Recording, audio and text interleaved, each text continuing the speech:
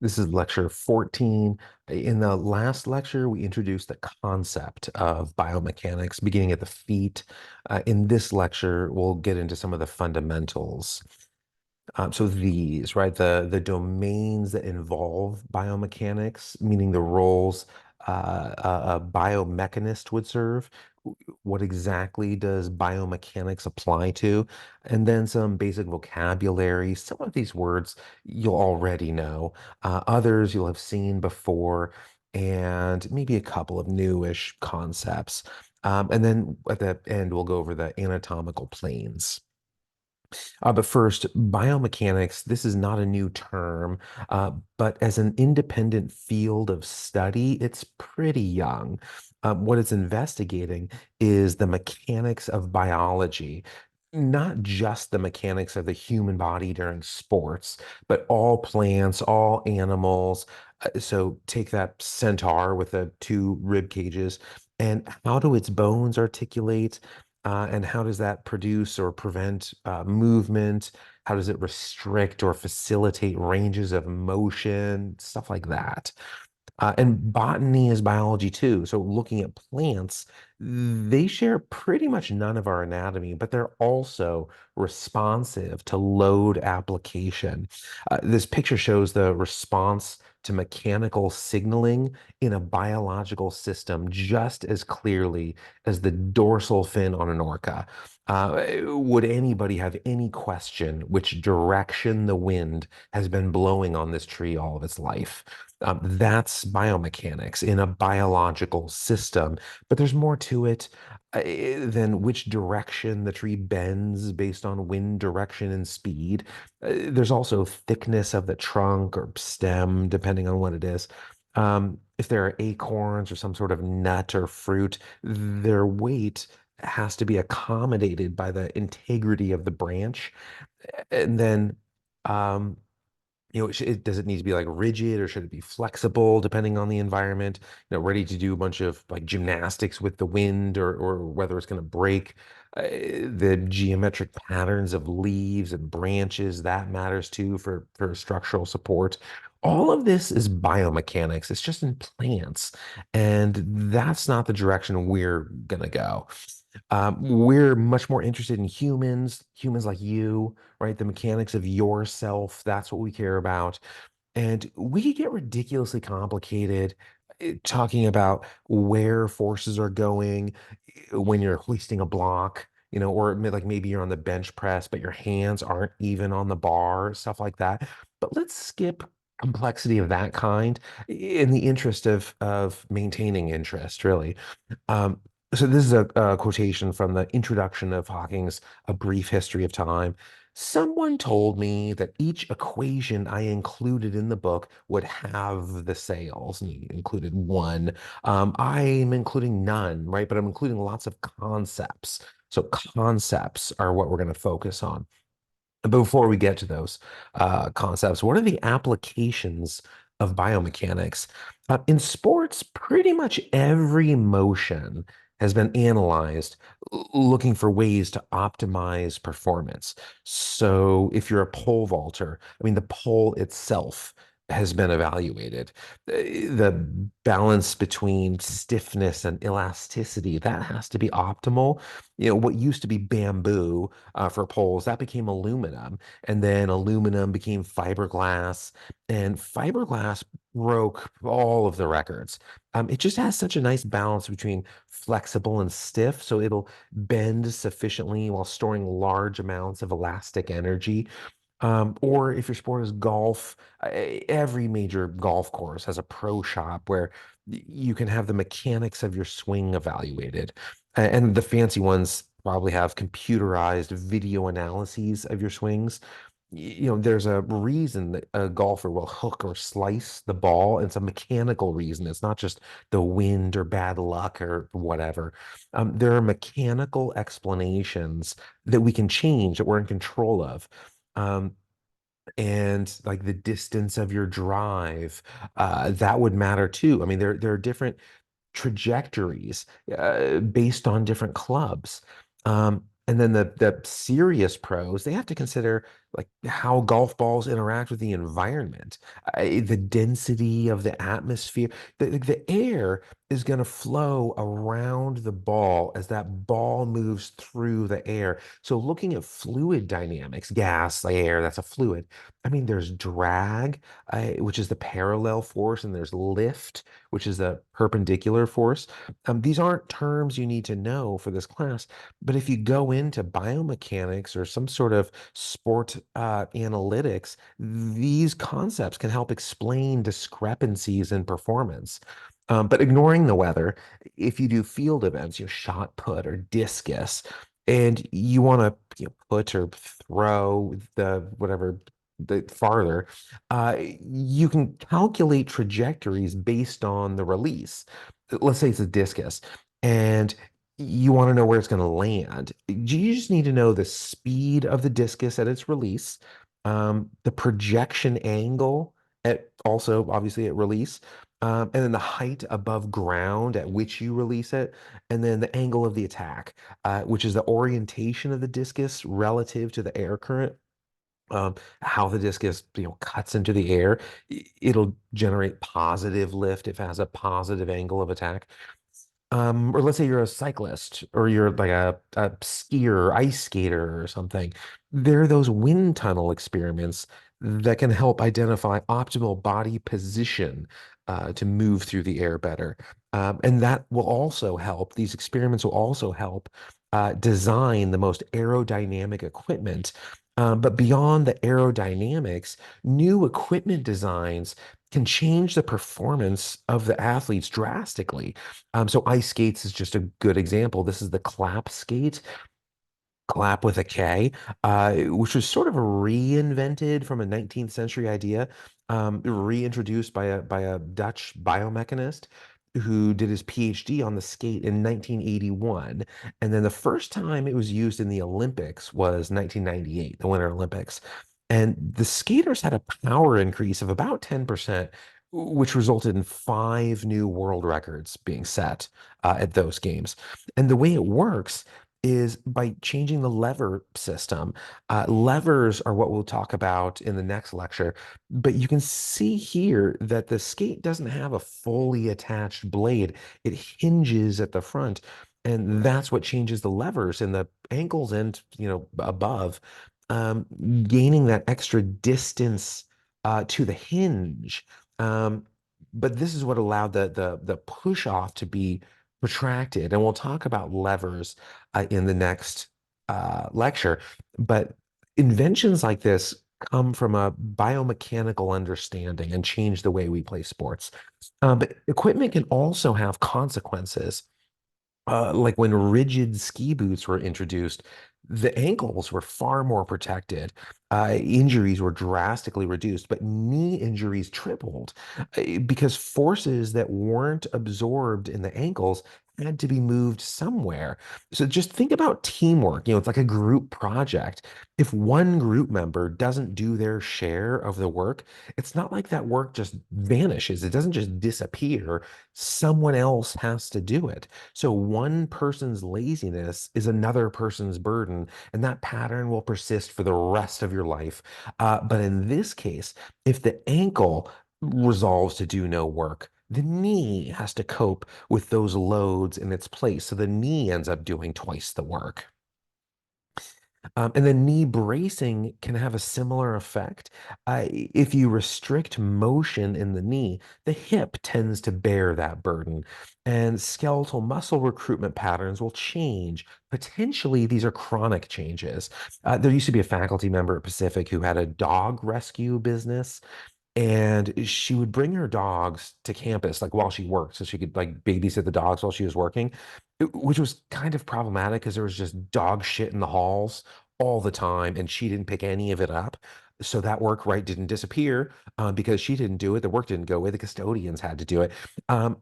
But like once people started getting like bit by rabid dogs, the prohibitions on campus for pets in the building and stuff cropped up. But one of the reason I bring this up is that one of her dogs had a cast on its leg. It's for a while, for a month or something like that, and it walked funny for that month. Maybe it was 2 months, and then the cast was removed, and the dog continued to walk as though it had a cast for the next at least bunch of months, maybe a year or something like that. And then I stopped seeing the dog. Um, the prohibition thing happened and I just never saw it again. But I assume that dog walked funny for the rest of its life. If it's still alive, it's still walking funny because it changed its recruitment patterns while wearing its cast. And there was no biological incentive to revert to its old patterns, its old recruitment patterns once the cast was off. And this obviously has human applications too when we see people bracing their knee, preventively, prophylactic knee bracing or whatever. There are potential changes here that might not be advantageous. Now, here's a bad study from 1978 about vertical jump, what mechanical factors contribute to the vertical jump. And here they propose that it's 56% knee extensors, right? Quads, knee extension, and 22% plantar flexion, so in the ankles. So that's 78% of the height right here without even factoring in one glute. But fast forward to 2004, and people have thought of new ways to evaluate this.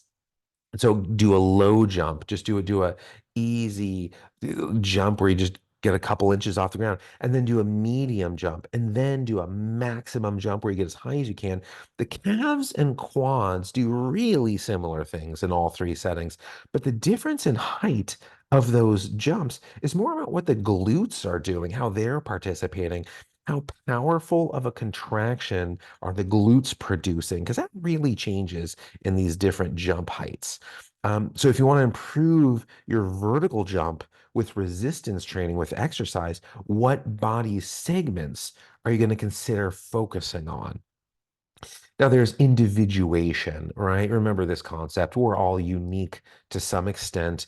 If you have a terrible range of motion in your ankles, maybe your ankles and calves are more consequential to your jump height. If you're an adolescent girl who doesn't know how to jump well, okay, maybe your knees or quads are of greater importance. And depending on your sport, there may be different body segments that matter more, arms or shoulders or whatever. Individuation has a role here, but the glutes do seem pretty dominant as jumping muscles in general. And just like golf swings and discus distance, you can quantify things like a baseball or a softball pitch, and you can find components of a pitcher's mechanics that can be adjusted for performance improvement. With the advent of biomechanical analyses, we're well past the age of like, oh, I guess I'm just not built to throw a ball very hard. Now obviously there's a genetic component, right? There's individuation here. Some of that is physiological. What percentage of type 2 muscle fibers do you have? That matters. And there are mechanical factors that are genetic. Where are your origins and insertions? Are those close to the joint or farther away? That's a concept we'll address in the next lecture of looking at these differences, how that matters. But there are a lot of ways to evaluate pitching mechanics, and we've done some of this in our own lab. Will Leiden, he was one of our own pitchers here at University of the Pacific, and we invested horizontal abduction in Pacific pitchers. And Samson here, Samson Abernathy, he was another one of our pitchers, one of Pacific's pitchers, and we looked at this in a much broader way, looking at the predictors of fastball velocity. In this one, we looked at pitching endurance. Can pitchers endure the repetition of pitches in the later innings? That's going to be different from having just total fastball velocity. Here, we're looking at kinematic factors that predict batting performance. So it wasn't just pitching we were looking at. And then here, just very generally looking at the throwing mechanics of Pacific baseball players, not just pitchers. And this isn't all of the studies we did on the biomechanics of our baseball players. There was also one on softball, And if you're interested in research, this is something you could get involved in if you want. I have more of these coming out this year. The dissemination of biomechanical research on campus hasn't come to an end, but this part of the lecture has. So let's move on. Throughout the lifespan, our biomechanics change and our mechanical behaviors change us. So, beginning with children, children are terrible at walking. I mean, the mechanics and motor control are just awful in kids, and that's the reason they fall down all the time. And you can come up with predictive models and you can figure out who's going to fall and stuff, but it doesn't really matter because they don't really hurt themselves. But old people do. Old people have a high risk of falling too, just like the kids, and falls are not random. Uh, I mean, maybe weather conditions or something like that have a random element, but these can be predicted. Falls can be predicted by mechanical evaluations. And we can also evaluate the mechanical characteristics of safe landings. And how forces are sustained and distributed upon impact. But in the middle of our lives, between the two eras in which we're falling all the time, we spend a lot of time on computers. I mean, more and more since the sort of advent in the 50s. And so more and more ergonomic work conditions have been investigated, whether that's ergonomic keyboards, ergonomic chairs, or any other equipment that's trying to mitigate the harm of sitting and typing. These are harmful activities in excess. Now, we've also done some studies on fall risk, lots of studies on fall risk. And so this is just one of them, looking at predictors of falls. So these are all directions that your career could go if you find interest in these areas. Um, but getting back to the keyboard and our ergonomic corrections to mitigate harm, we talk about carpal tunnel syndrome from too much typing. The median nerve hits the flexor retinaculum, some numbness, some pain, some tingling, whatever. But that's not the only mechanical culprit of those symptoms. In a postural analysis, you may find your shoulders are rolled forward a bit more than you expect. And when this happens, when your shoulders are rolled forward, the clavicle, your collarbone, the clavicle, and your first rib, the highest rib, these two compress. They move close to each other. They compress and they can pinch on the brachial plexus and the subclavian artery. Um, the subclavicle artery beneath the clavicle, right? You can't see the artery here, but that yellow bundle of nerves, that's the brachial plexus. And it runs right through that space between the highest rib and the clavicle. But here's another look at it with the artery visible too. And if your shoulders roll forward because of SeaWorld-like stresses, uh, then these repetitive stresses that position your body hunched over a computer, hunched over a phone, something like that. The clavicle and first rib move together, compressing the nerves and blood supply that innervate and sustain the arm beyond them. So you'll feel numbness or tingling, symptoms of a folding dorsal fin, right? The human equivalent of that. We're not swimming around in a tank, though. We're hunched over computers, but it's the same concept. Um, and so here's another concept we'll talk about soon is lifting with your legs, or what kind of postures should you hold while carrying a box or carrying something. We'll talk about spinal compression based on those different positions, different carrying positions in an upcoming lecture. Now, let's say the Earth is going to be unlivable, before your lifetime is up, and we're going to have to get out there and colonize space.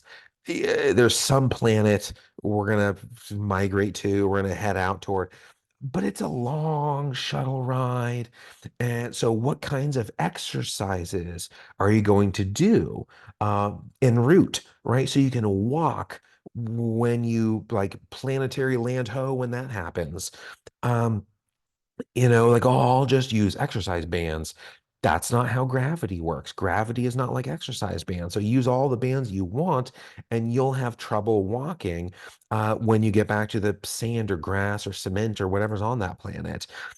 Philip Golnick here, that's not a name that you have to know, did research on astronauts and people exposed to microgravity. It doesn't take long for drastic changes to settle into the muscle, into our muscle cells.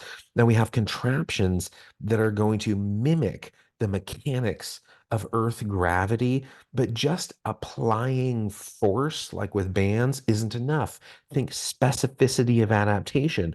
Those forces have to replicate Earth's mechanics. Otherwise, they're pretty useless for the purpose of retaining earthly function. The muscles are working, but not in a way that's specific to earthly functions.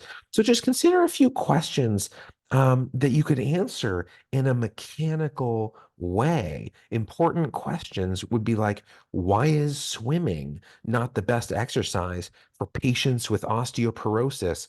Or looking at older populations, often older population we see doing water aerobics, and that's great for fall risk, but maybe if they're looking at osteoporosis, this isn't ideal. Why? Why not? And then what's the principle behind variable resistance machines, like a Nautilus machine? Most of those ones where you put the pin in, selectorized equipment. We'll talk all about that soon, how that works.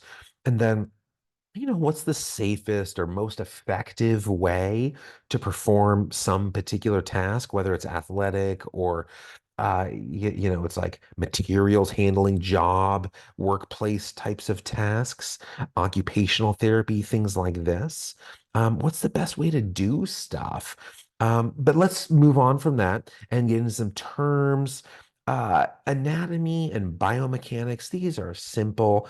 But statics and dynamics, you'll want to know the difference there. With statics, this is evaluating systems that are either not moving or they're moving at a constant velocity. There's no acceleration or deceleration in statics. In dynamics, you're evaluating a system that involves changes in velocity. There's acceleration, there's deceleration, there are changes. And then know the difference between kinetics and kinematics. Kinematics are very descriptive. Where stuff is in space, where your body is in space and in time, descriptions of motions, orientation of this bone to that object, or um, you're in this or that plane, speed, acceleration, space, very descriptive stuff. There's no causes in there. It's a description of motion, and motion capture devices are recording kinematics. Kinetics are the forces that influence kinematics. Force and torque that's causing the motions, what the muscle does. You can't really see this. You can't videotape it and watch the overall, movements. We've talked a lot about how skeletal muscle produces force. Neural explanations, cellular explanations are passive forces, parallel elastic component, series elastic component. They're muscle spindles. The forces responsible for kinematics, that's what kinetics is describing. Okay, work. Force times displacement times cosine of the angle. That's work. The cosine bit is for work that's not done in the same angle that you're applying force. So think like negative work, the application of force to slow down something's movement, to hinder its displacement. During the eccentric or eccentric phase of exercise, you apply force. We're looking at a bench press. So let's just imagine the bench press. You apply force to the bar, but it moves in the opposite direction. You're letting it down slowly. There's a 180-degree difference between the direction you're pushing it and the direction the bar is traveling, right? As you resist it and it comes down. So when you calculate this, the cosine of 180, like a 180-degree difference in the angle, the cosine of 180 is -1. But in general, we think of work as force times distance, and distance being how much we displace the thing we're applying force to. And power is just how much work we accomplish in a given period of time. Let's say you have 1 minute to move a 30-pound object 30 feet, and you do it exactly in that much time. Like, yay, right? But then if you move a 31-pound object 30 feet in the same minute, that's more power. If you move a 30-pound object 31 feet in that minute, that's more power. If you move a 30-pound object 30 feet in 59 seconds, that's more power, right? It's just the amount of work you accomplish in a given time. Now you can do the conversions, right? At no point will you have to. This is just for fun here, so you can ignore this slide. But I did the math for that bench press. If you moved 135 pounds, that appears to have been what was on the bar, concentrically, 24 inches, unless I did the math wrong here, like a thousandth of a yogurt.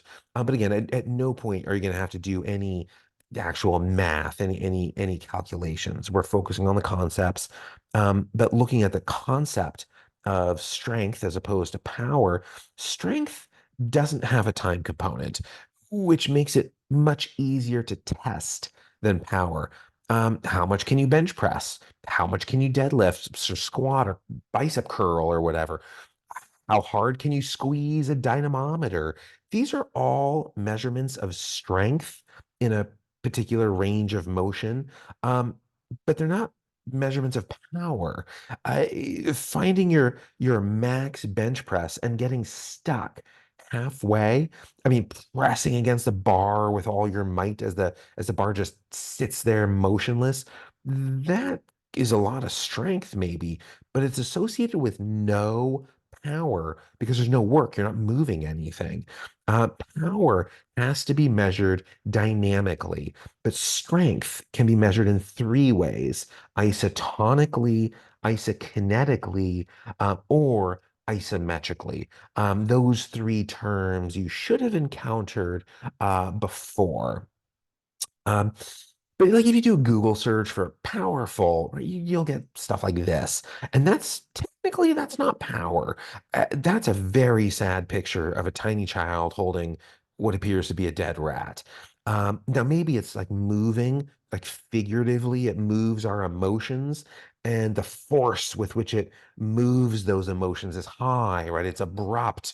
We're moved in a short period of time. Like, okay, maybe there's something hypothetically powerful there, but make sure you know the real mathematical definition of power. Now, the joint types: uniaxial, biaxial, multi-axial. A uniaxial joint is just a hinge. Most of the joints in our body are not true hinges.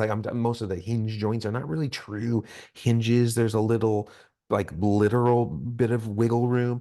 But the elbow, it's basically a hinge. So that's a uniaxial joint. A great example of a uniaxial joint is the elbow. It's a hinge.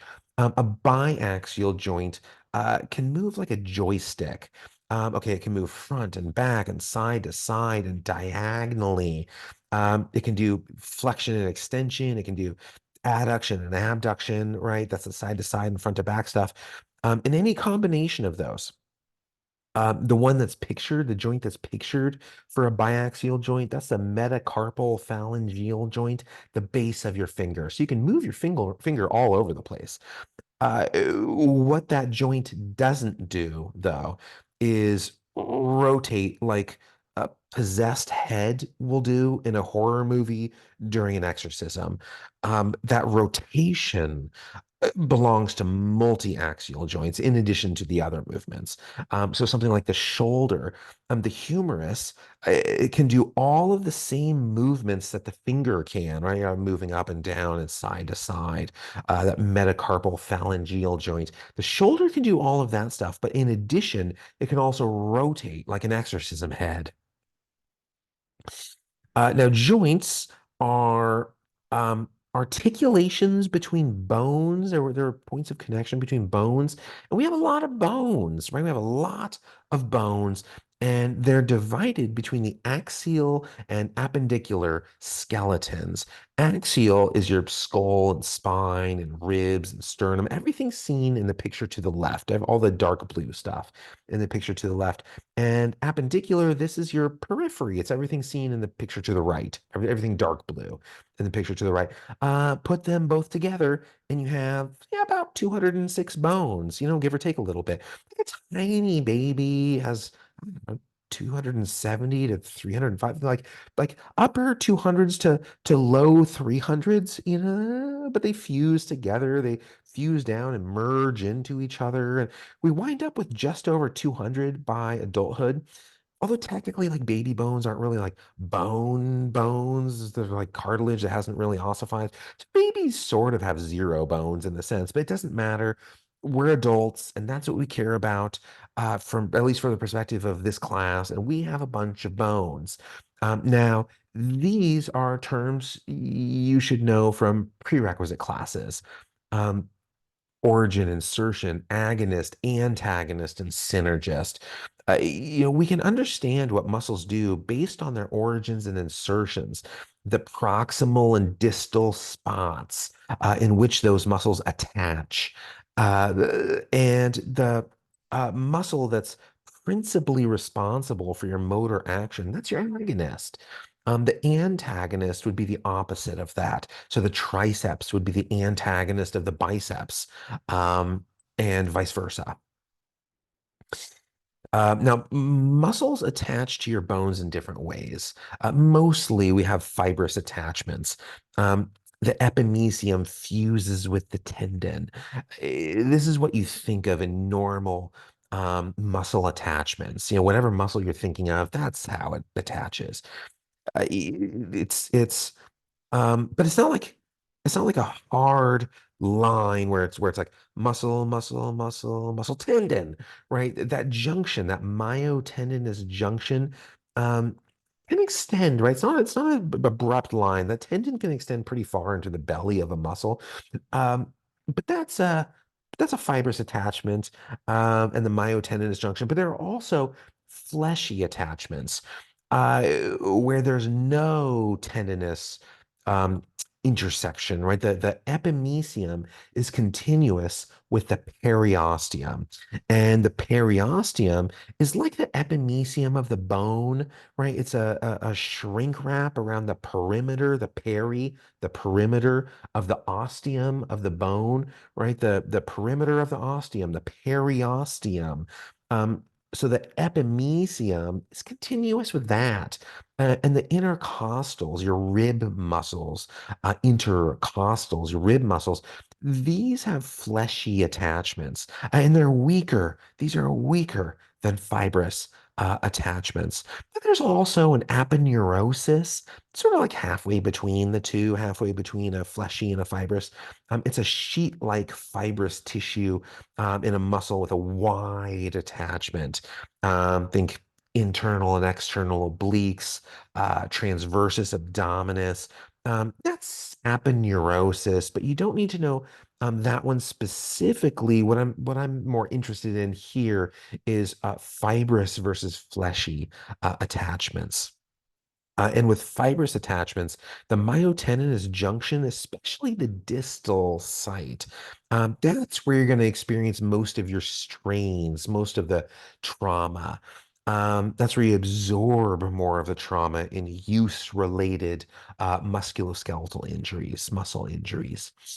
Now we've talked about force, but torque is just a rotational version of force. So while force pushes or pulls, torque twists or rotates, and it's measured in foot-pounds or pound feet.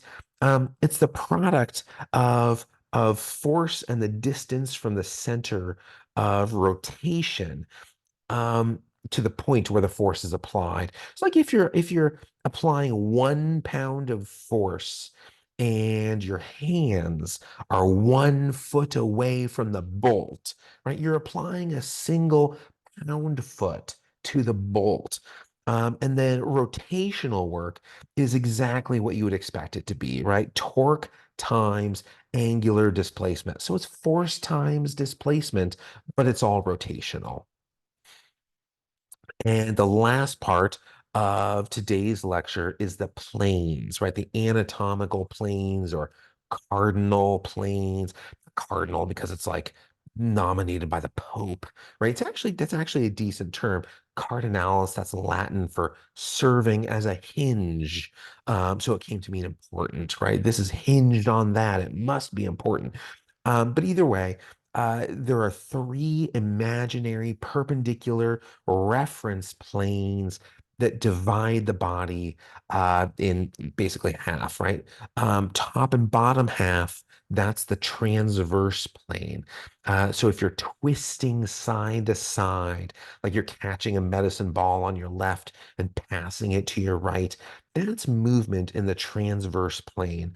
The sagittal plane cuts through our front.